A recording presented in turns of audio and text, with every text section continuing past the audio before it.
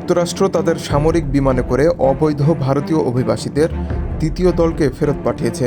গত 15 ফেব্রুয়ারি রাতে মার্কিন C-17 বিমানটি 116 জন ভারতীয়কে নিয়ে অমৃতসরের বিমানবন্দরে অবতরণ করে।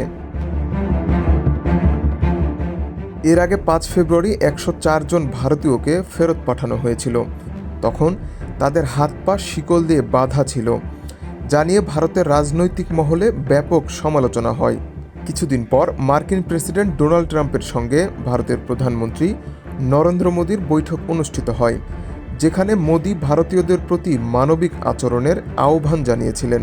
তবে ট্রাম্পের সঙ্গে বৈঠকের পরেও ফেরত পাঠানো ভারতীয়দের শিকল দিয়ে বাঁধা অবস্থার পুনরাবৃত্তি ঘটেছে। প্রথম ব্যাচে অর্থাৎ 5 ফেব্রুয়ারি যে 104 জনকে ফেরত পাঠানো হয়েছিল, তাদের সবার হাত পা বাঁধা হয়েছিল। তবে শনিবার দ্বিতীয় ব্যাচে যে 116 জনকে যুক্তরাষ্ট্র থেকে অমৃতসরে আনা হয়েছে, তাদের মধ্যে নারীদের হাত পা বাঁধা থেকে ছাড় দেওয়া হয়েছে। এদিকে দ্বিতীয় দফায় ভারতীয়দের ফেরত পাঠানোর আগে কংগ্রেস নেতা পি চিদাম্বরম এক্সে একটি পোস্ট দিয়েছিলেন। সেখানে তিনি বলেছিলেন, এবার যেসব অভিবাসীকে ফেরত পাঠানো হচ্ছে, এটি ভারতীয় কূটনীতির জন্য একটি পরীক্ষা।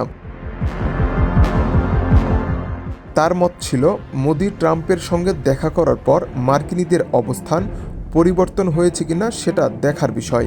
তবে ভারতীয় কূটনীতি চরমভাবে ব্যর্থ হয়েছে।